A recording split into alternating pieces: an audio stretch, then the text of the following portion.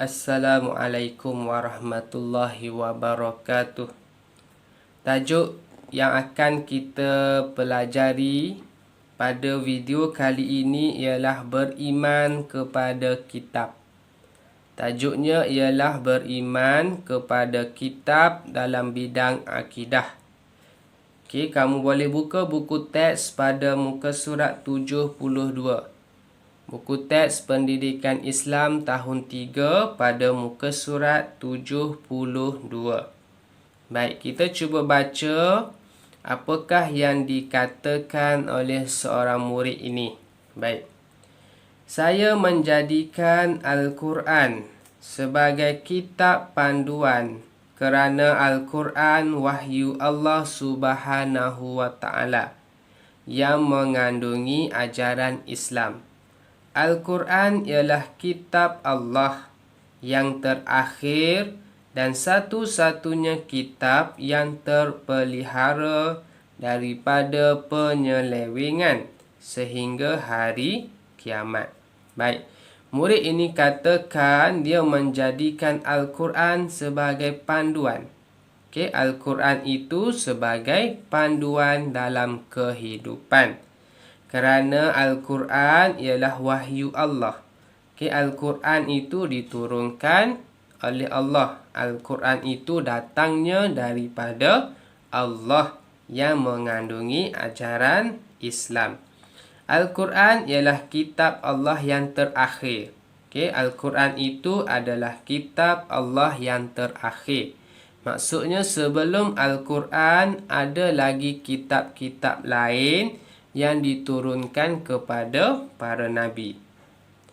Dan satu-satunya kitab yang terpelihara. Kitab Al-Quran adalah satu-satunya kitab yang asli yang tidak diubah. Okey, apa yang ada dalam Al-Quran yang kita baca pada hari ini adalah sama dengan apa yang Nabi Muhammad terima pada suatu ketika dahulu.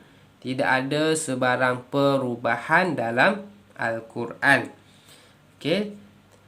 Terpelihara daripada penyelewengan sehingga hari kiamat. Dan sehinggalah kepada hari kiamat, Al-Quran itu tidak akan diubah oleh sesiapa pun. Sebab apa? Sebab Allah Subhanahu wa Ta'ala akan menjaga Al-Quran daripada diubah oleh orang lain. Baik, seterusnya tengok pada muka surat 73. Kewajipan beriman kepada kitab Allah. Ini adalah dalil ataupun hujah daripada Al-Quran kenapa kita wajib beriman kepada Allah. Okey? Kita wajib beriman kepada Allah, apa dalilnya ataupun apa sumbernya? Apa hujahnya yang mewajibkan kita ini beriman kepada Allah. Baik, dalilnya ialah pada surah An-Nisa ayat 136. Surah An-Nisa ayat 136. Bismillahirrahmanirrahim. Ya ayyuhalladzina amanu aminu billahi wa rasulih wal kitabil ladzi nazzala ala rasulihi wal kitabil ladzi anzala min qabl.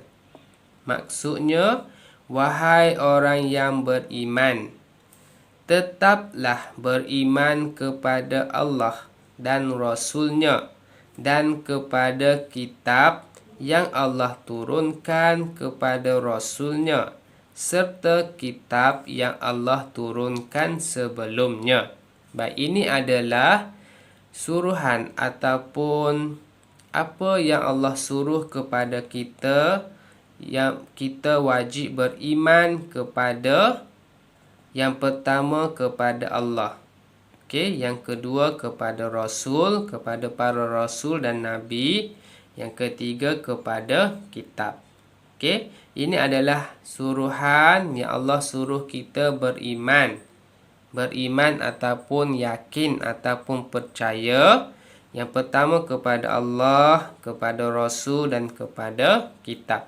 Ini adalah sebahagian daripada rukun iman. Yang mana rukun iman itu kamu dah belajar pada tahun 1. Okey, rukun iman ada 6.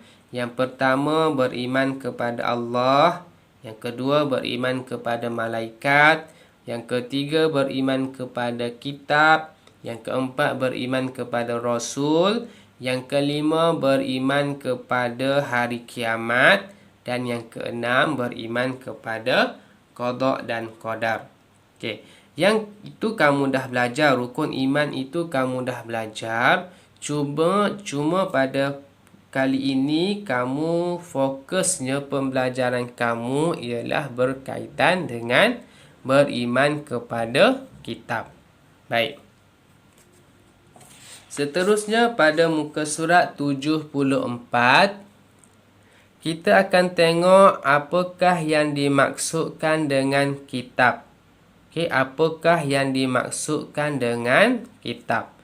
Kitab Allah Subhanahu wa taala bermaksud kalam Allah yang diwahyukan kepada para nabi dan rasulnya. Kitab ini mengandungi syariat dan petunjuk, memimpin manusia ke jalan yang benar dan diredai Allah Subhanahu wa taala. Baik, ini adalah maksud kitab ataupun apa yang dimaksudkan dengan kitab. Kita cuba faham satu persatu. Kitab bermaksud kalam Allah.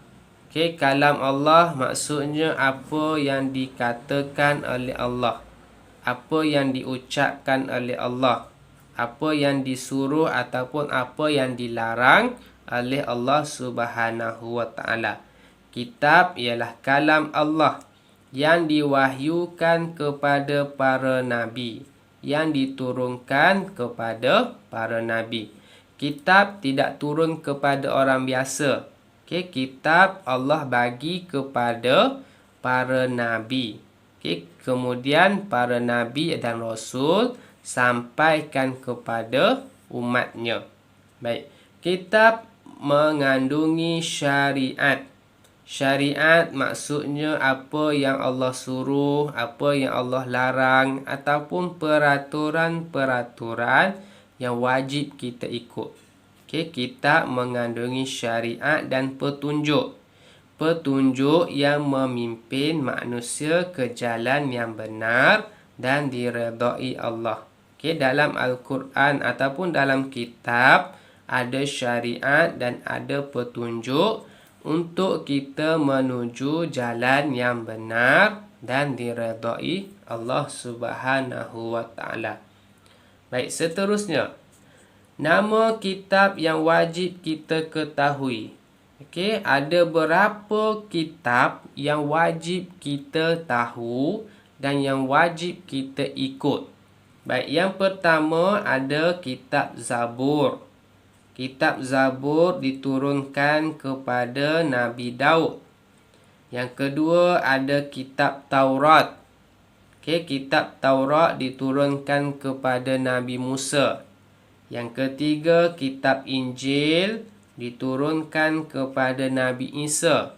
Dan yang keempat kitab Al-Quran diturunkan kepada Nabi Muhammad. Okay, ini adalah 4 jenis kitab ataupun 4 nama kitab yang wajib kita imani, yang wajib kita percaya. Kitab Zabur diturunkan kepada Nabi Daud. Taurat kepada Nabi Musa.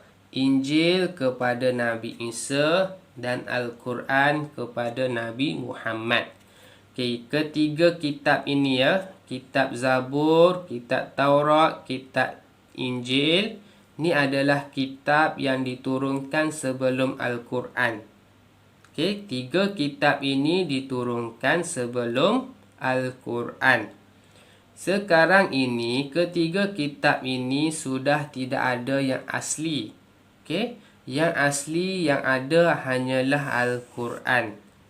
Yang sekarang ini yang wajib kita ikut adalah kitab Al-Quran. Kitab Zabur, kitab Taurat, kitab Injil, kita wajib percaya kitab ini diturunkan kepada Nabi-Nabi ini.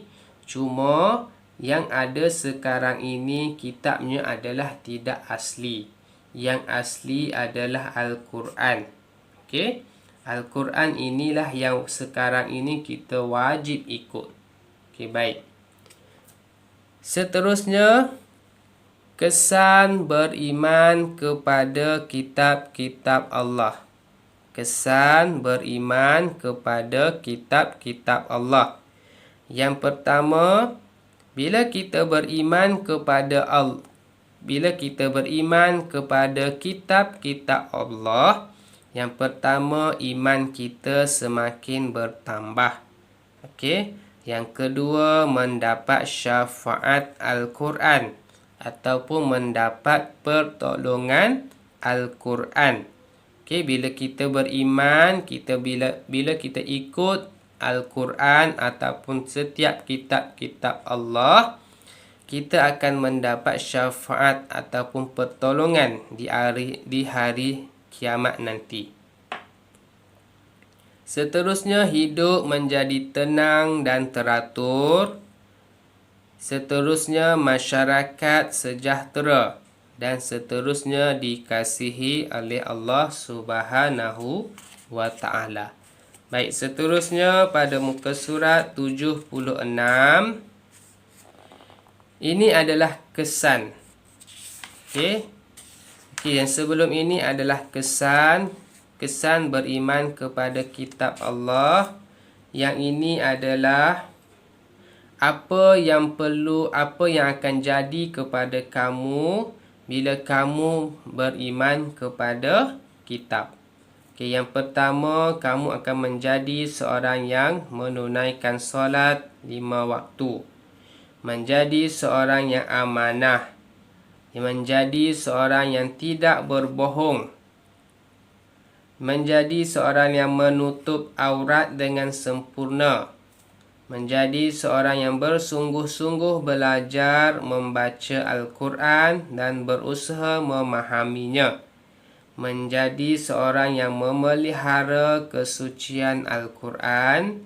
Menjadi seorang yang tekun menuntut ilmu. Dan menjadi seorang yang mengamalkan akhlak mulia. Okey, itu sahaja pembelajaran kita pada hari ini. Terima kasih. Assalamualaikum warahmatullahi wabarakatuh.